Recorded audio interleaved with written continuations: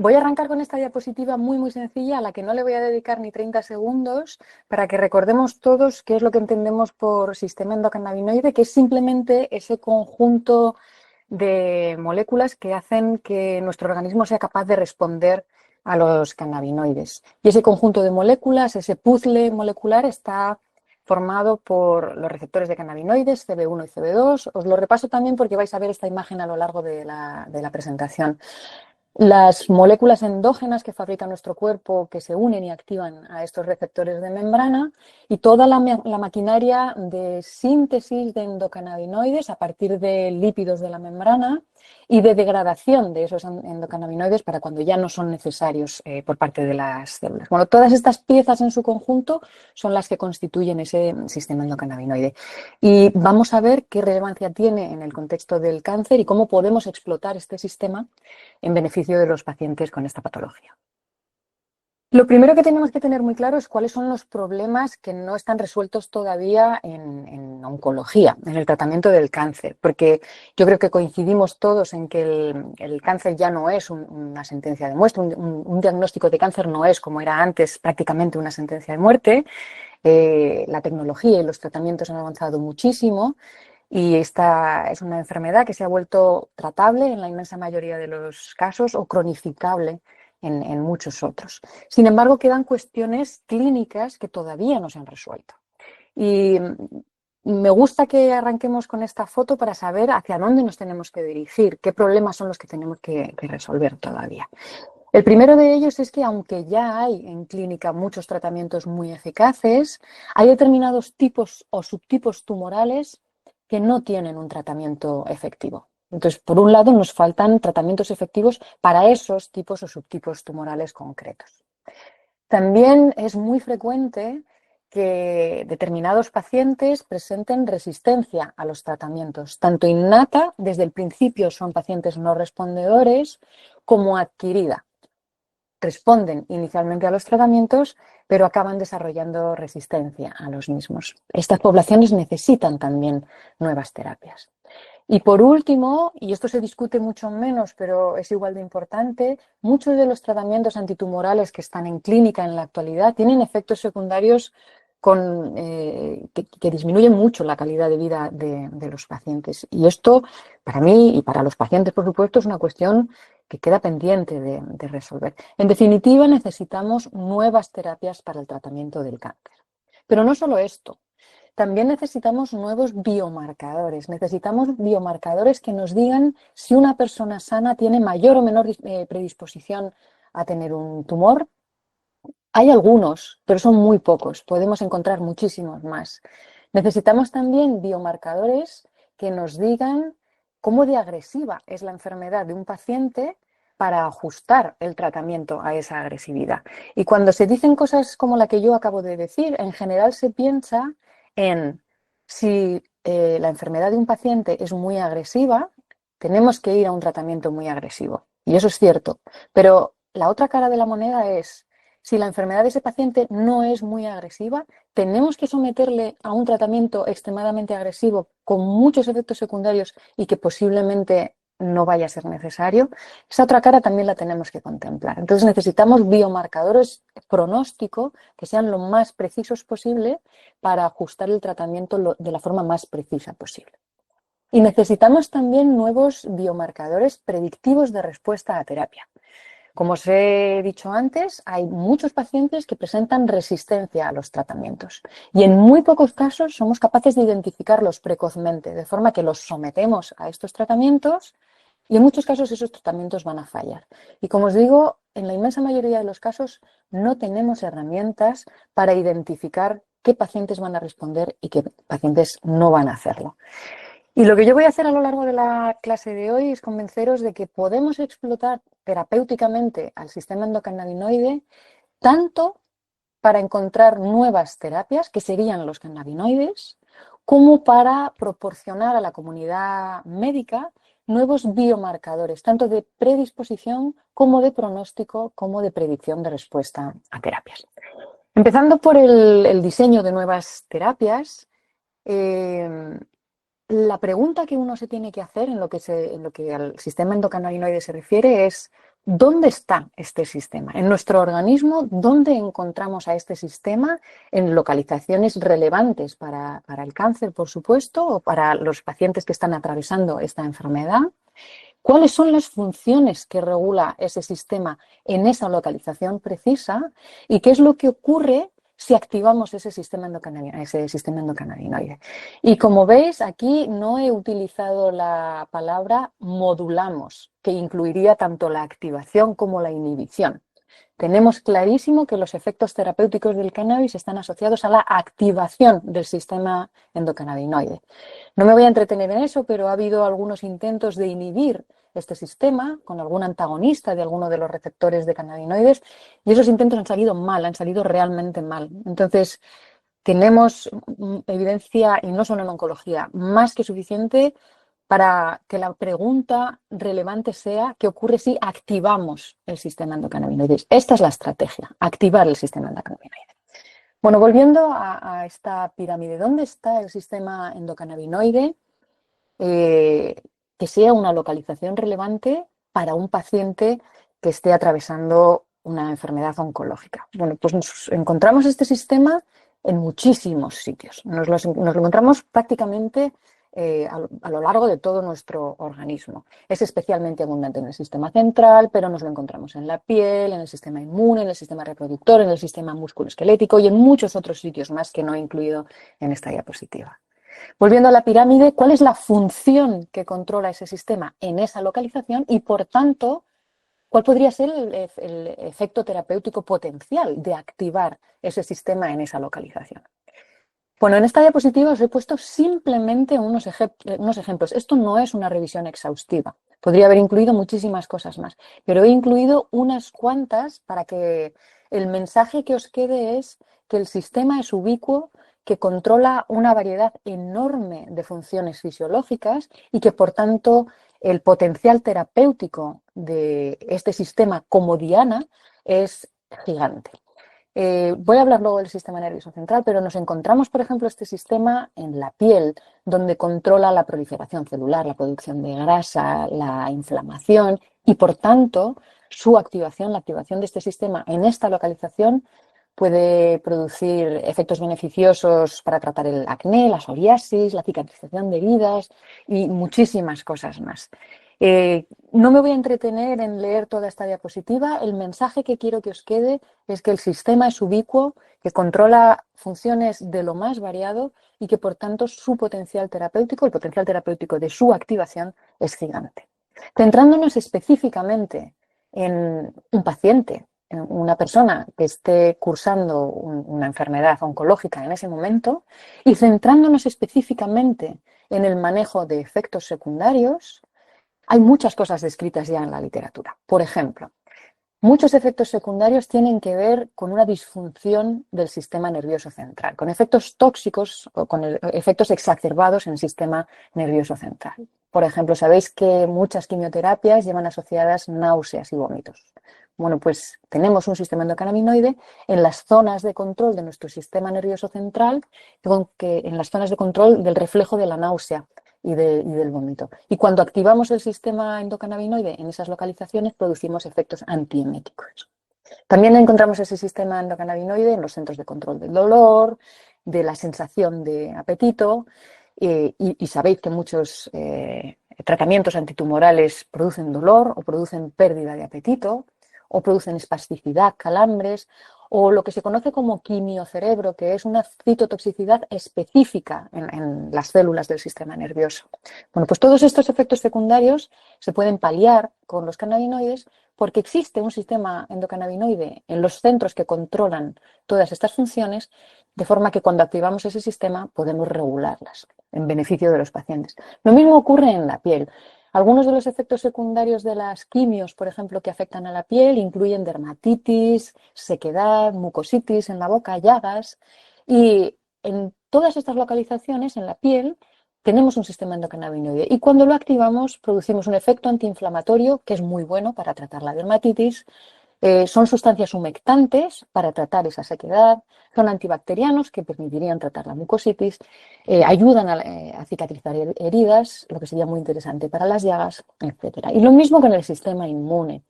Muchas de las quimios, por definición, las quimios atacan a cualquier célula que está en proliferación en el organismo. Y uno de los compartimentos celulares que está en proliferación constante, incluso en los adultos, es precisamente el sistema inmune. De forma que muchas de estas quimios producen alteraciones hematológicas, producen anemias, producen neutropenias. Y como el sistema endocannabinoide está ahí, podríamos utilizarlo para producir una citoprotección, para activar una citoprotección de todas esas células, especialmente de la médula ósea, que está muy afectada en los casos de tratamientos con quimioterapia. Esto con respecto al manejo de los efectos secundarios que producen los tratamientos antitumorales. Pero también sabemos, y esto lo tenemos todos muy claro, que los cannabinoides o la activación del sistema endocannabinoide mejora la calidad de vida de los pacientes. Y esto tiene un fundamento científico, por supuesto. Esos efectos secundarios que tienen que ver con calidad de vida son pues, ansiedad, depresión, falta de sueño, cosas que los pacientes que están atravesando esta enfermedad, por desgracia, sufren en la mayor parte de los casos. Bueno, pues como tenemos un sistema endocannabinoide en los centros del sistema nervioso central que controlan todas estas funciones, su activación puede producir efectos ansiolíticos, mejorar el estado de ánimo general, o nos podemos aprovechar del efecto somnífero que tiene también que tienen estos compuestos. ¿Qué investigación clínica se ha hecho hasta la fecha que nos permita hacer una afirmación como la que yo he hecho a lo largo de estas primeras diapositivas? Los cannabinoides o la activación del sistema endocannabinoide podría ayudar en el manejo de efectos secundarios y en la mejora de la calidad de vida de los pacientes oncológicos. Pues se ha hecho bastante investigación clínica, se ha hecho mucha investigación clínica. En esta primera diapositiva os voy a mostrar una revisión sistemática de los ensayos clínicos intervencionistas, aleatorizados o no, una revisión muy reciente del año pasado, en la que se detectaron 15 estudios que engloban aproximadamente a 20.000 pacientes, todos ellos mayores de edad, y en este caso se excluyeron aquellos estudios en los que el cannabis se coadministraba con otro medicamento. Esto deja fuera a muchos estudios, porque como os podéis imaginar, cuando uno hace un ensayo clínico con cannabinoides, normalmente el primer paso implica que el tratamiento cannabinoide se tiene que combinar con la terapia habitual o la terapia estándar para esa dolencia. Entonces, el hecho de que en esta revisión se excluyeran estos ensayos clínicos en los que se coadministra el medicamento cannabinoide con otros ha dejado fuera a muchos estudios que podrían haber sido interesantes.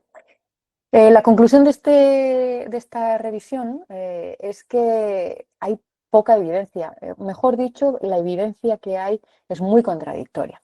Os he hecho un resumen de las conclusiones que se extraen de los estudios incluidos en esa revisión y a partir de ahora vais a ver en verde los efectos positivos y en rojo los efectos negativos. Y bueno, en todos esos estudios se analizaban cosas como el estado de ánimo de los pacientes, el apetito, la ansiedad, la depresión, confusión, desorientación o síntomas gastrointestinales. Los productos que se utilizan son muy variados, como veis aquí, desde THC o CBD en forma aislada hasta extractos. Y no lo he incluido en la diapositiva, pero las vías de administración también son extremadamente variables. Entonces, es muy difícil sacar conclusiones de estudios con tantas variables, con tantísimas variables. De hecho, de estos estudios, lo más destacable, bueno, como veis, en la mayor parte de los casos no hay efectos significativos de los tratamientos cannabinoides sobre estas variables. Y en uno de los estudios, en dos de los estudios, tenéis las referencias aquí. Luego os pasan, me imagino, la presentación y podéis verlo con un poco más de detalle. En un par de los estudios hubo un aumento del apetito en los pacientes y en otros dos estudios hubo un incremento de los síntomas gastrointestinales. Pero como veis, en estos estudios, insisto que son estudios intervencionistas extremadamente heterogéneos, tampoco he mencionado las dosis, extremadamente variables. Estos estudios no muestran ningún resultado sólido. Pero yo insisto en que esto es más bien fruto de un fallo en el diseño, primero de la revisión y luego de cada uno de los estudios que se han llevado a cabo. A continuación os muestro también una revisión muy reciente de los estudios observacionales realizados hasta la fecha, en este caso no intervencionistas, son estudios observacionales. Y en esta primera diapo os muestro estudios solamente realizados en Estados Unidos a través de encuestas cuantitativas a los pacientes. Esta revisión incluye 27 estudios, casi medio millón de pacientes adultos con distintos tipos de cáncer y distintos estadios de la enfermedad. También con distintas vías de administración y distintos productos. Como veis, extremadamente heterogéneo, lo que complica mucho la obtención de resultados y la interpretación de los resultados. En cualquier caso, aquí sí que se ve una mejoría de síntomas y una cosa que a mí me parece muy destacable y que creo que debe ser uno de los primeros mensajes que tenemos que mandar al exterior, a los médicos, es que los efectos adversos de estos tratamientos son realmente mínimos. Mirad la lista. Pensamiento confuso, esta es la psicoactividad típica del consumo de cannabis. Disminución de energía, boca seca, paranoia, ansiedad, empeoramiento de la depresión. Son efectos categorizados como leves, en cualquier caso, transitorios y muy manejables. Y otra cosa que quiero resaltar de estos estudios son las causas del cese de tratamiento cannabinoide. Falta de efecto, esto es muy razonable, si a alguien no le funciona un tratamiento deja de utilizarlo. Efectos secundarios cuando se producían, entre ellos la fatiga y la paranoia. Y otros dos que a mí me parecen inaceptables, el coste y el estigma social. No puede ser que un paciente deje de utilizar una terapia que le funciona por su coste elevado o porque su entorno piense que esta es una medicación que no está bien tomar. Entonces, esta es otra de las cosas en las que tenemos que trabajar para que los pacientes puedan acceder a estas terapias. En esta tabla se hace un resumen, os he puesto un resumen de los hallazgos más significativos de esos estudios que estaban incluidos en esta revisión de Amin y colaboradores. En verde, de nuevo, tenéis los efectos positivos y en rojo los efectos negativos.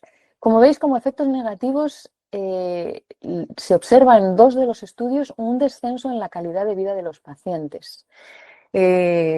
A mí me sorprende, no sé muy bien qué es lo que se miró en estos 2 estudios, pero bueno, ahí están y los tenemos que tener en cuenta. Y también se vieron efectos adversos en este estudio del 2019 en un 10% de la población. Esto lo tenemos que tener claro, el cannabis no va a funcionarle a todo el mundo. Y en algún caso se observó un efecto contrario al habitual, como aumento de dolor o aumento del insomnio. Pero en el resto de los casos veis que hubo siempre una mejora de la sintomatología asociada al tratamiento antitumoral. Disminución de los efectos adversos como ansiedad, pérdida de apetito, depresión, insomnio, fatiga, náusea, dolor, vómitos, las cosas típicas que van asociadas tanto a los tratamientos como al curso de la enfermedad. Os he marcado además unas cuantas cosas en las que no solemos pensar cuando hablamos de efectos paliativos o sobre la calidad de vida de los pacientes. Por ejemplo, en muchos de estos estudios se observa que los pacientes pueden disminuir y mucho el uso de opioides y esto es extremadamente interesante. En otro estudio se observa, por ejemplo, una disminución del estreñimiento, que muchos de los pacientes que utilizan tratamientos antitumorales convencionales tienen estreñimiento, disfagia. Y otra cosa que es extremadamente interesante es que el uso de cannabinoides puede aumentar la adherencia a los tratamientos antitumorales. Y esto es muy, muy interesante. En esta otra revisión, que es similar a la anterior, la diferencia más grande es que además de los estudios realizados en Estados Unidos, que como veis muestran resultados positivos, se incluyeron estudios realizados en otros países. En este caso, se observa también mejoría de síntomas y, de nuevo, efectos adversos mínimos. Esto es una constante, esto se observa una y otra vez en todos estos estudios. Como veis, aquí tenemos, no he incluido, por supuesto, los estudios que ya estaban revisados en la diapositiva anterior, pero como veis, aquí aparecen estudios llevados a cabo en Israel, en Canadá, en Dinamarca y en Tailandia. Efectos positivos en la inmensa mayoría de los casos. Os he dejado aquí en rojo, no los he marcado en verde, yo os he puesto en texto rojo 2 estudios en los que se observa un descenso en la calidad de vida y un aumento en los problemas cognitivos y el insomnio, pero el resto son todos efectos positivos. Disminución de efectos adversos como dolor, insomnio, disminución del estrés, aumento de la calidad de vida, etcétera, etcétera. Y aquí también vuelvo a marcar ese descenso en el consumo de otros analgésicos o, por ejemplo, un descenso en la irritabilidad y en los sofocos, que esto es muy interesante para los pacientes oncológicos, pero también puede ser muy interesante para mujeres como yo, que estamos atravesando la perimenopausia o que están sufriendo una menopausia con muchos síntomas muy desagradables y muy incómodos. Y he buscado información también, porque todo lo que os he mostrado hasta ahora son estudios realizados en adultos, pero como sabéis hay muchos niños que tienen cáncer. Y he hecho una revisión de lo que había publicado en población pediátrica oncológica. Y bueno, me he encontrado con esta revisión reciente de hace un par de años y esta revisión incluía el análisis de 7 estudios intervencionistas, son todos intervencionistas en distintos tipos de tumores, de nuevo con distintas vías de administración, distintos productos. Sacar conclusiones de estudios tan heterogéneos es extremadamente difícil, pero aún así se ve muy claramente una mejora de la sintomatología de los niños, se ve muy claramente que estos tratamientos son seguros y una cosa que vais a ver a continuación es que hace mucho que no se hacen estudios en niños. Mirad las fechas, las tenéis aquí. La mayor parte de estos estudios se realizaron en la década de los 70 y de los 80 del siglo pasado. Después de 1995 no se han vuelto a realizar estudios en población pediátrica oncológica, a pesar de que los resultados fueron extremadamente positivos. Disminución de toda esta sintomatología negativa y los compuestos cannabinoides que se utilizaron en ese momento, fundamentalmente THC y nabilona, de hecho, eran más eficaces que los antieméticos convencionales. Y en algunos casos veis que hubo respuesta completa en un porcentaje enorme de los pacientes, 89% aquí, y desaparición completa de náuseas y vómitos derivados de quimio en todos los pacientes en este estudio. Yo creo que esto es una llamada de atención para que se vuelva a reconducir y a restaurar la investigación del potencial de los cannabinoides en el manejo de efectos secundarios y calidad de vida en población oncológica de niños. Bueno, con ese pequeño resumen que os acabo de hacer de la literatura científica existente hasta la fecha, yo creo que tenemos evidencia más que suficiente para sostener que los cannabinoides son una herramienta segura y eficaz para el tratamiento de los efectos secundarios de los tratamientos antitumorales. Pero vamos a ver ahora que ese efecto positivo de los cannabinoides en población oncológica puede ir muchísimo más allá. De hecho, ese sistema endocannabinoide, la activación de este sistema, puede producir una reducción o una disminución de la velocidad de progresión de la enfermedad, o puede en algunos casos incluso erradicar la propia enfermedad. Para analizar el efecto antitumoral de los cannabinoides o de la activación del sistema endocannabinoide, nos tenemos que hacer exactamente las mismas preguntas que nos hacíamos para ver si los cannabinoides podían ser útiles como agentes paliativos. ¿Dónde está ese sistema endocannabinoide en esos elementos de la progresión tumoral? ¿Qué funciones controla ese sistema en ese contexto? ¿Y qué ocurre si lo activamos farmacológicamente? Bueno, ¿dónde está ese sistema en el contexto del cáncer? Bueno, pues está en las células tumorales. Las células tumorales tienen un sistema endocannabinoide muy, muy activo. Pero no solo ellas, también tienen un sistema endocannabinoide muy activo las células que constituyen eso que llamamos el microambiente tumoral, que está representado en este esquema. En una masa tumoral encontramos, por supuesto, células tumorales, que son las que están representadas en color salmón en la diapositiva, pero esas masas tumorales incluyen también multitud de tipos celulares de otras categorías, multitud de células del sistema inmune, por ejemplo, células endoteliales que constituyen los vasos sanguíneos, fibroblastos, etc. Eso es lo que se denomina microambiente tumoral y cada vez hay más evidencia de que ese microambiente también expresa un sistema endocannabinoide. ¿Qué funciones controla el sistema endocannabinoide en esas células? Pues básicamente el destino celular. El destino celular entendido como si la célula prolifera, entra en apoptosis, se diferencia o permanece en un estado de reposo. Esas decisiones básicas son controladas por el sistema endocannabinoide. Y también controla las propiedades funcionales básicas. Por ejemplo, para que una célula sea capaz de generar una metástasis, tiene que poder moverse. Esa capacidad de movimiento también está controlada por el sistema endocannabinoide. ¿Qué ocurre si activamos ese sistema endocannabinoide en todo este compartimento tumoral? Pues lo que ocurre, y aquí hago un spoiler, es que se producen respuestas antitumorales. Y esto es otro spoiler que os dice cómo se producen esas respuestas. Después de, pues llevamos más de 25 años trabajando en el campo, no solo nosotros, más grupos de investigación, pero después de eso, casi ya 3 décadas de investigación, podemos decir con rotundidad que la activación del sistema endocannabinoide, activación que podemos conseguir a través de distintas estrategias, utilizando fitocannabinoides, por ejemplo, utilizando cannabinoides sintéticos o utilizando endocannabinoides y también bloqueando la degradación de los cannabinoides endógenos. Bueno, todas estas estrategias llevan a la activación del sistema endocannabinoide que consigue bloquear la progresión del cáncer a 3 niveles diferentes. Consigue bloquear la proliferación descontrolada de las células tumorales y en la inmensa mayoría de los casos induce su muerte. Consigue bloquear los procesos de neoangiogénesis, que es la formación de vasos sanguíneos que dan de comer a estas masas tumorales que están creciendo. Y consiguen bloquear también los fenómenos de metástasis, esa formación de tumores secundarios en localizaciones distintas a las de los tumores primarios.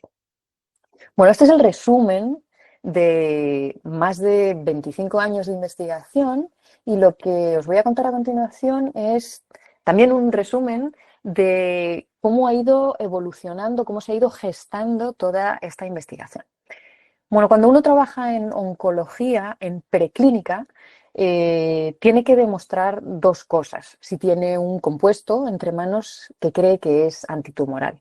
Tiene que demostrar eficacia antitumoral de ese compuesto y tiene que demostrar también que ese compuesto es seguro y que no mata, además de a las células tumorales, al resto de las células del organismo.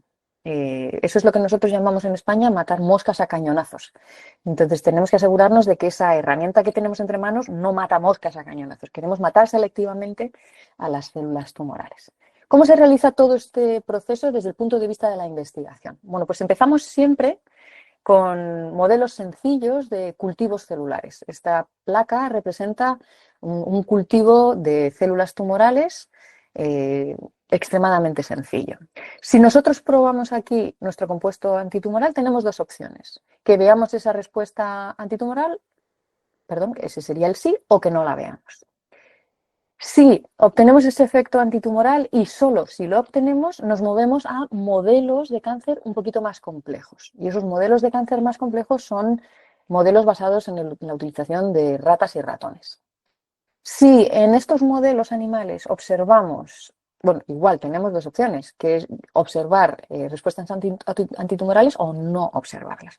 Si observamos esas respuestas antitumorales y solo si observamos respuestas antitumorales, entonces se puede realizar lo que se denomina investigación clínica, que es probar esos compuestos potencialmente antitumorales en humanos. Y si en esos ensayos clínicos se observa respuesta antitumoral y solo si se observa respuesta antitumoral, se saca al mercado un medicamento que será utilizado ampliamente en clínica. Bueno, este es el camino que se ha seguido con los cannabinoides en oncología. Entonces, os voy a ir mostrando ejemplos representativos del tipo de resultados que hemos ido obteniendo a lo largo de estas décadas en todos y cada uno de esos pasos que os acabo de mostrar en la diapositiva anterior. Empezando por los modelos más sencillos, los cultivos celulares in vitro. este es el típico resultado que uno va a obtener si en su laboratorio cultiva células tumorales y las trata con cannabinoides. A la izquierda tenéis un cultivo, en este caso eran células de glioblastoma humano, que crecemos en placas Petri, y si las dejamos crecer unos días, el cultivo tiene este aspecto. Si nosotros tratamos este cultivo con cannabinoides, en este caso os muestro un experimento realizado con THC, pero la respuesta sería muy parecida con otros cannabinoides, veis que el aspecto del cultivo es totalmente diferente. Hay muchas menos células, están redonditas, refringentes, y eso quiere decir que las pocas células que quedan en el cultivo están a punto de morirse. Es decir, los cannabinoides están matando a estas células tumorales. Cuando observamos ese tipo de resultados y los teníamos clarísimos, no solamente en células de glioblastoma, sino en otros tipos de tumorales también, entonces nos movimos a modelos animales de cáncer y en ese caso obtuvimos este resultado de aquí, pero este es el efecto típico que observaríais vosotros si trabajáis en un laboratorio de investigación y hacéis un experimento similar. En este caso generamos los tumores por inyección subcutánea de las mismas células de la diapositiva anterior debajo de la piel del lomo de estos ratones, que son inmunodeficientes para que no rechacen estas células humanas. Si dejamos transcurrir tiempo, los animales que no son tratados con cannabinoides acaban desarrollando estas lesiones tan grandes que son tumores cerebrales humanos, pero en ratones.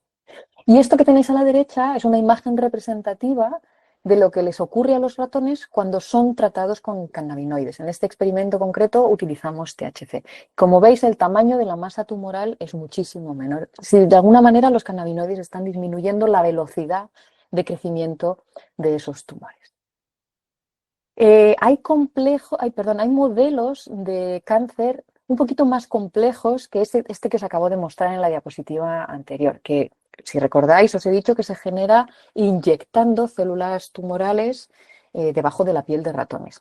Esto se parece muy poco a la patología humana, como os podéis imaginar. Y lo que nosotros hicimos fue dar un paso más allá y utilizar un modelo más fisiológico de cáncer. En esta imagen os muestro lo que hicimos en un ratón que se denomina MMTV-NEU. Este es un ratón que ha sido modificado genéticamente para sobreexpresar esta construcción MMTV-NEU, de forma que cuando las ratonas, las hembras, llegan a la pubertad, se activa esta proteína que es el ortólogo de rata de un oncogen que genera tumores de mama en humanos. En otras palabras, cuando estas ratonas llegan a la pubertad, comienzan a desarrollar tumores de mama de forma espontánea. Bueno, digo esto de espontáneo entre comillas porque hemos hecho una manipulación genética, pero me refiero a que no hay que inyectar en los animales células tumorales exógenas. Estos son tumores que genera el propio animal. Estos tumores se generan con una latencia muy larga, tardan tiempo en aparecer, crecen despacio y generan metástasis en los pulmones. Y todas estas características que acabo de mencionar se producen también en la patología humana. Y por todas estas características, este modelo se considera un muy buen modelo preclínico de este tipo de cáncer de mama metastásico. Bien, lo que nosotros hicimos en este modelo animal fue dividir a los animales en varios grupos experimentales. A uno de ellos no lo tratamos con cannabinoides y a otro lo tratamos con THC 2 veces a la semana durante 3 meses.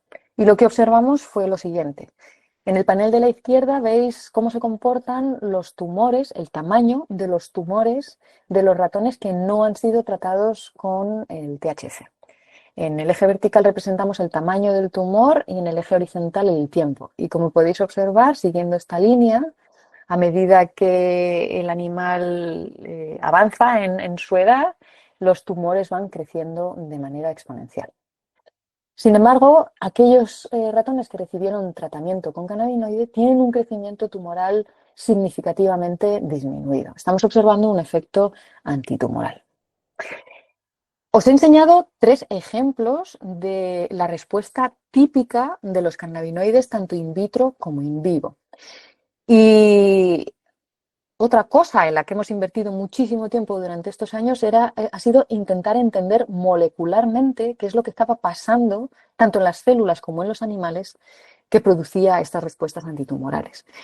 Y eso que está pasando os lo he resumido muchísimo en esta diapositiva que refleja el mecanismo de acción que hemos descrito para esos efectos, que son, por un lado, la inducción de apoptosis, una muerte limpia, una muerte selectiva, un suicidio celular inducido por los cannabinoides, que puede ser directa o con un paso previo de bloqueo del ciclo celular, que es toda esa maquinaria, toda esa serie de reacciones que hacen que las células se dupliquen. Bueno, pues insisto, bien directa o indirectamente, bloqueando previamente el ciclo celular, los cannabinoides son capaces de inducir la apoptosis de las células tumorales y de hacerlo selectivamente en las células tumorales, como vais a ver eh, dentro de unas cuantas diapositivas. Es decir, el mensaje que quiero que os llevéis de esta diapositiva es que conocemos en detalle el mecanismo de acción antitumoral de los cannabinoides. Eso con respecto a la proliferación descontrolada de células, pero cuando comenzamos a hacer experimentos de este tipo en los ratones y diseccionábamos los tumores, observábamos diferencias no solo en el tamaño de esas masas tumorales, como podéis ver aquí, sino también en el color. Esto nos llamó mucho la atención desde el principio y nos sugería que los tumores que estaban siendo tratados con THC, con cannabinoides, estaban mucho menos irrigados que los tumores que no recibían ese tratamiento. Es decir, esto sugería de alguna forma que los cannabinoides estaban bloqueando la angiogénesis, que es un paso crucial para que los tumores progresen. De hecho, hay muchos tratamientos antitumorales en clínica que tienen como objetivo no matar a la célula tumoral, sino bloquear a la angiogénesis. Bueno, pues los resultados de este tipo nos hacían sospechar que efectivamente los cannabinoides estaban bloqueando también la angiogénesis.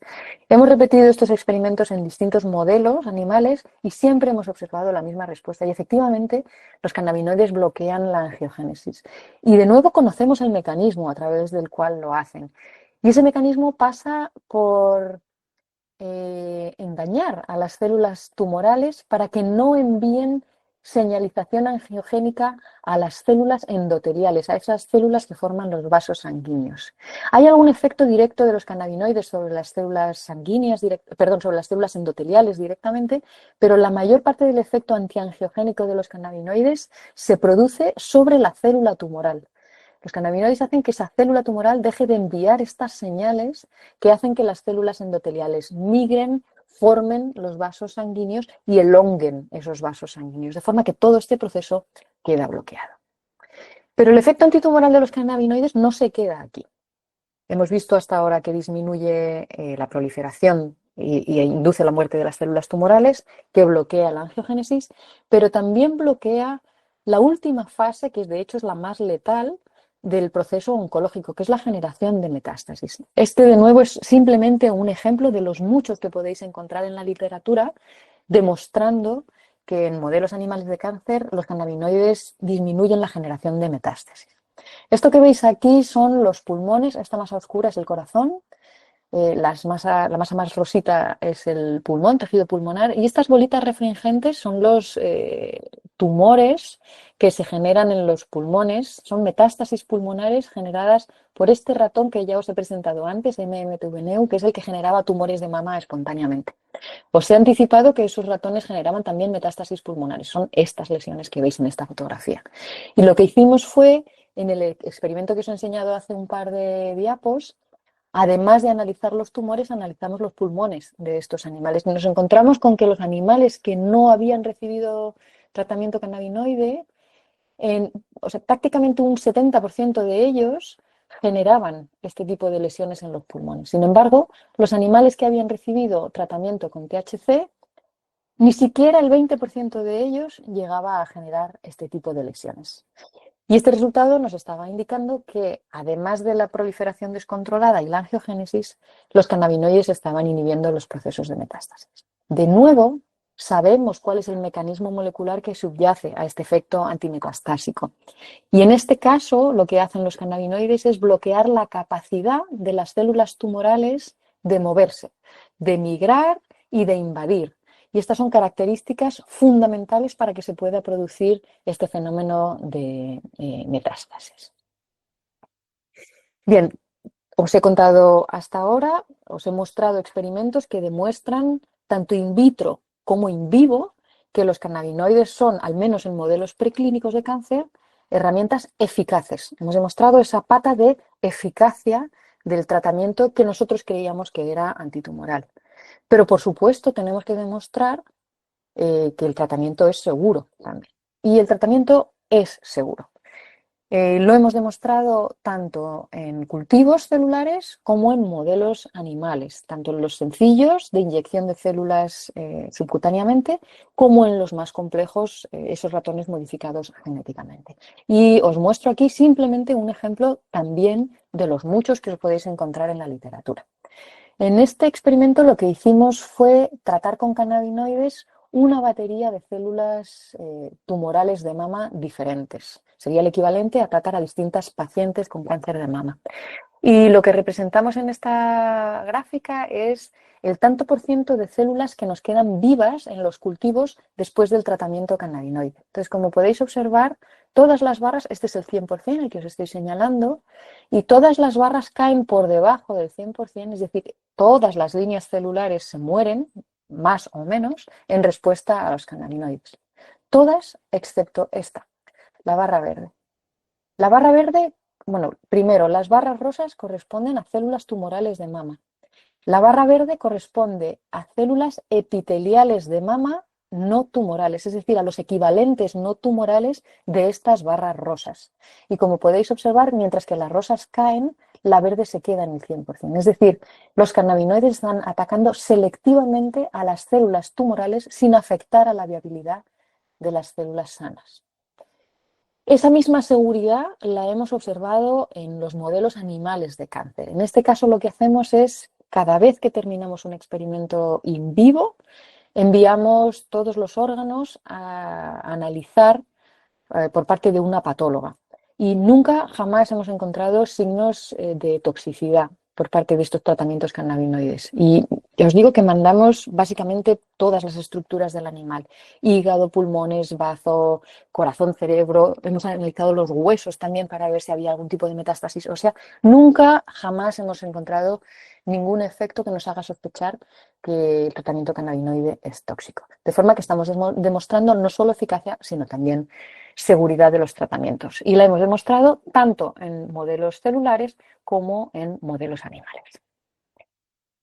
¿Y qué se sabe del efecto o del potencial efecto antitumoral de los cannabinoides en humanos? Bueno, pues se sabe poco, por desgracia, porque se ha hecho muy poquita investigación clínica hasta la fecha. Mejor dicho, se ha publicado muy poca experiencia clínica hasta la fecha. El primer estudio piloto que se realizó en el mundo fue realizado en las Islas Canarias, en España. Fue un estudio en el que participó nuestro grupo, que de hecho estaba basado en toda la evidencia preclínica que nuestro grupo había generado en glioblastoma multiforme, y se realizó en el año 2006. Fue un ensayo clínico piloto, 9 pacientes nada más, pacientes con glioblastoma recidivado. Y fue un ensayo muy, muy sencillito, donde no había un grupo placebo, no había un grupo de comparación, y la administración se realizó de forma intracraneal. Y aquí quiero hacer un paréntesis: esta no es la forma de tratar a los pacientes, no es la mejor forma de tratar a los pacientes, incluso si estamos hablando de glioblastoma. En ese momento el ensayo se hizo así porque, bueno, las circunstancias fueron las que fueron, y el médico a cargo del ensayo decidió hacerlo de esta manera, pero nosotros no apostamos por hacer un tratamiento intracraneal, no es necesario hacerlo intracraneal. Hemos visto que otras vías de administración son igual de eficaces. Bueno, en cualquier caso, en este primer ensayo clínico piloto, lo que observamos fue, primero y más importante, seguridad. Y estábamos administrando, bueno, estaban los médicos administrando THC, ni siquiera un extracto, THC, directamente en el cerebro. A pesar de esto, el tratamiento fue seguro. No hubo efectos físicos, neurológicos, bioquímicos, hematológicos dignos de mención. Y por otro lado, y aquí tengo que hacer muchísimo hincapié en que toméis este resultado con muchísima precaución, porque eran solamente 9 pacientes y no había un grupo control, se observaron síntomas de eficacia, en el sentido de que en algunos de los pacientes se observó disminución del volumen tumoral y alguno de los pacientes tuvo una supervivencia mayor de la esperada. Pero insisto, estos datos hay que tomarlos con muchísima cautela porque son 9 pacientes nada más y no había un grupo con el que comparar. Otra cosa que observamos en este estudio que nos resultó muy interesante es que el tratamiento cannabinoide disminuyó la proliferación celular, aumentó el número de células tumorales que estaban sufriendo apoptosis y disminuyó la angiogénesis. Es decir, en otras palabras, estábamos validando los mecanismos de acción que nosotros habíamos descrito en los ratones. Bueno, este ensayo, como os digo, se hizo en el año 2006 y uno podría pensar que, siendo los resultados positivos, inmediatamente se realizaría un estudio en una población mayor. Bueno, pues no. Nadie se interesó por seguir investigando en este campo, en la clínica de este campo, y no fue hasta el año 2021 que se publicó el que hasta ahora es uno de los 2 ensayos clínicos que están completados en pacientes para intentar determinar específicamente si los cannabinoides tienen efecto antitumoral. Este trabajo, que como os digo se publicó hace poquitos años, en el 21, a finales del año 21, fue un estudio clínico en fase 1, intervencionista, realizado en hospitales de Reino Unido y Alemania, patrocinado por la empresa GW, que como sabéis es la propietaria del medicamento, era la propietaria del medicamento cannabinoide Sativex. Sativex es un extracto de planta que tiene aproximadamente la misma cantidad de THC y CBD, y 1/3 aproximadamente de otros compuestos de la planta. En este estudio sí que había un comparador, un grupo placebo, y la población de estudio era de nuevo pacientes con glioblastoma multiforme recurrente. Insisto en esto, recurrente. Son pacientes que tienen un pronóstico muy, muy malo. La supervivencia media de pacientes con este tipo de lesión es no más de en torno a 1 año aproximadamente. Y este medicamento cannabinoide se administra oromucosalmente.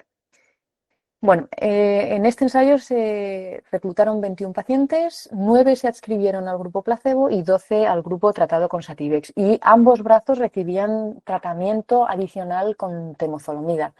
Vuelvo a mi comentario de una de las primeras diapositivas. Es realmente difícil que se autorice un ensayo clínico en el que el tratamiento sea única y exclusivamente un tratamiento cannabinoide.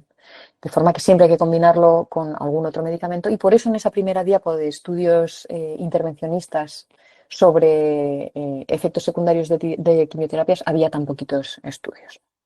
Bien, pues en este estudio lo que se observó fue, primero, seguridad del tratamiento cannabinoide. Este era el objetivo primario, analizar la seguridad del tratamiento cannabinoide, y se demostró que el Sativex tenía un muy buen perfil de seguridad y que no producía interacciones con la temozolomida. No se describieron interacciones negativas con la temozolomida. Y en lo que a eficacia antitumoral se refiere, al cabo de los 6 meses de tratamiento no hubo diferencias, no se observaron diferencias entre el grupo placebo y el grupo tratado con Sativex, pero cuando el tratamiento siguió avanzando en el tiempo, se observaron diferencias significativas. La supervivencia a 1 año en el grupo placebo era del 44%, fue del 44%, y en el grupo que recibió tratamiento cannabinoide fue prácticamente del doble, 83%. Y estos resultados fueron tan buenos que, aunque no estaba contemplado inicialmente en el ensayo clínico, los médicos decidieron analizar la supervivencia a 2 años. En el grupo placebo fue del 22% y en el grupo tratado con Sativex fue del 50%. Como os he dicho antes, la supervivencia de este tipo de pacientes más allá de 1 año es extremadamente rara. Cuando se concluyó este estudio, quedaban pacientes vivos, y a los 2 años ya veis que el 50% de la población seguía todavía viva. La supervivencia media fue de 12 meses, grupo placebo, casi el doble, 22, en el grupo que recibía Sativex. Estos resultados son resultados positivos, son resultados muy positivos, tan positivos que la empresa decidió arrancar un segundo ensayo clínico, esta vez de fase 2. Aquí ya están mirando eficacia, en los de fase 1 se mira sobre todo seguridad, aquí ya están mirando eficacia, Y este estudio se está realizando, en este caso ya no con 21, sino con 234 pacientes en hospitales del Reino Unido exclusivamente. La población es la misma, glioblastoma multiforme recurrente, el medicamento es el mismo y los dos brazos son los mismos, temozolomida más placebo o temozolomida más Sativex. El estudio está actualmente en fase de reclutamiento de pacientes. Comenzó en febrero de 2023 y se estima, estas son estimaciones, que habrá finalizado en febrero del año 26 y que se podrán publicar los resultados, se harán públicos en febrero del 2027. Como veis, queda muchísimo tiempo para saber si este estudio da resultados positivos. Hay otro estudio publicado con extractos de cannabis, otro estudio también intervencionista, en este caso realizado en Australia, un fase 2, en el que se comparó la la seguridad y la eficacia antitumoral de dos extractos diferentes de cannabis, uno con un ratio 1:1 de THC y CBD y otro con un ratio más enriquecido en THC, concretamente una proporción 4:1 THC-CBD. En este estudio, en el que los extractos se administraron de forma oral, se reclutaron 88 pacientes que se distribuyeron en dos grupos experimentales, los que están en verde. El grupo que recibió el extracto 1:1 y el grupo que recibió el extracto 4:1. Como veis, 41 pacientes en un brazo, 42 en el otro. Y este estudio no incluía un brazo placebo. El comparador fueron registros históricos de los hospitales donde estos pacientes tratados en verde, digamos, fueron tratados. Y ese grupo comparador incluyó 61 pacientes que tenían pues, la misma edad, el mismo tipo de diagnóstico que los que recibieron tratamiento cannabinoide. ¿Cuáles fueron los resultados? Bueno, en cuanto a la seguridad, no se encontraron diferencias entre los grupos. Esto, traducido al castellano, significa que el tratamiento cannabinoide fue seguro. Es decir, que cuáles fueran los efectos secundarios que se encontraron en los grupos en verde eran exactamente los mismos que se encontraron en el grupo comparador, es decir, atribuibles a los otros tratamientos que estaban recibiendo los pacientes y no al tratamiento cannabinoide. En otras palabras, el tratamiento cannabinoide fue seguro. Con respecto a la eficacia antitumoral, también se observó respuesta positiva. Como veis, aquí los autores dividen a los pacientes en aquellos que mostraron reducción de la enfermedad, los que mantuvieron la enfermedad estable y los que tuvieron una progresión de la enfermedad. Y si vamos analizando estos números grupo por grupo, vemos que hay más pacientes que reducen su enfermedad en los grupos tratados con cannabinoides que en el grupo comparador. Vemos también que hay más pacientes con enfermedad estable entre aquellos que recibieron cannabinoides que en aquellos que no lo hicieron. Y vemos también que los pacientes que sufrieron progresión de la enfermedad fueron menos en aquellos que recibieron tratamiento cannabinoide que en aquellos que no lo recibieron. Y otra cosa interesante es que la comparación de los dos extractos mostró que el 1:1 era mejor que el 4:1. Es decir, que no siempre más es mejor. Y un extracto balanceado, que es más parecido, de hecho, al Sativex, produjo mejores efectos terapéuticos que el 4:1. Por ejemplo, tanto en reducción de enfermedad como en estabilización de la enfermedad. Y en este ensayo se observaron también otros signos de eficacia. Aumento en la calidad de vida de los pacientes, tanto física como funcional, y de nuevo el extracto 1:1 fue más eficaz que el 4:1, mejora del sueño y también más eficaz el 1:1 que el 4:1 y disminución de las náuseas. Y en este caso ese efecto solo se observó en el 1:1, lo que de nuevo está sugiriendo que este ratio balanceado entre el THC y el CBD, al menos en este tipo de tumores, podría ser el punto de partida, el mejor punto de partida para un tratamiento cannabinoide.